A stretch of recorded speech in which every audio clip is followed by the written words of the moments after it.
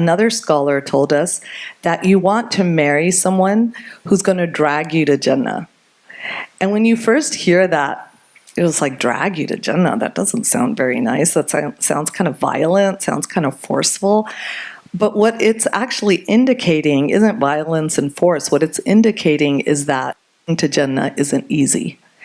And there's going to be times when you're going to feel discouraged, and times you're going to feel lazy, and times you're going to want to give up, and times you're going to feel disheartened, and you're going to want a partner who's going to be by your side, pulling you along, saying, no, we can do this. We're going to do this together. Come on. And encouraging each other on this path, right? Because at the end of the day, we're all fellow believers, right? Trying to make it to Allah subhanahu wa ta'ala. So you want somebody who's going to pull you along on that path.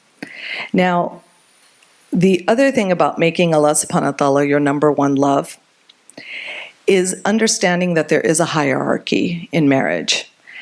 And the hierarchy doesn't mean that somebody is less in value than the other. What it means is that there is an understanding of who answers to whom. And so the understanding of the hierarchy is that Allah subhanahu wa ta'ala is number one, right? And then after that, there's an understanding that the husband is the amir of the family. He's the leader. And the wife is there to support her husband. And so you've got Allah subhanahu wa ta'ala first, then you've got the husband, then you've got the children and the parents and the teachers, then you have your closest friends and your extended community, then you have extended family, then you have the greater community.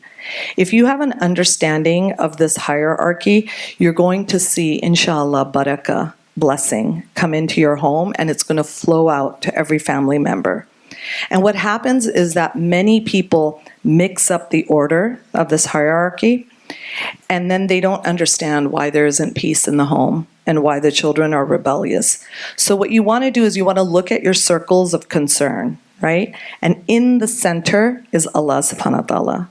And then after Allah subhanahu wa ta'ala is your spouse and your parents, and then your children, and so on and so forth.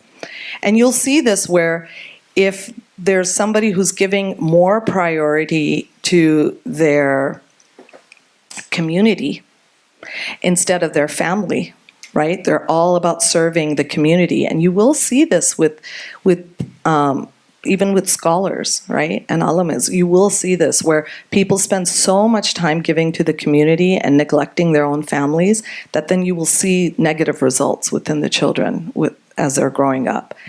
Or somebody who gives all of her attention to her best friend and not to her spouse, right? It's like all about what her friend needs and her friend's worries and not seeing what her husband needs.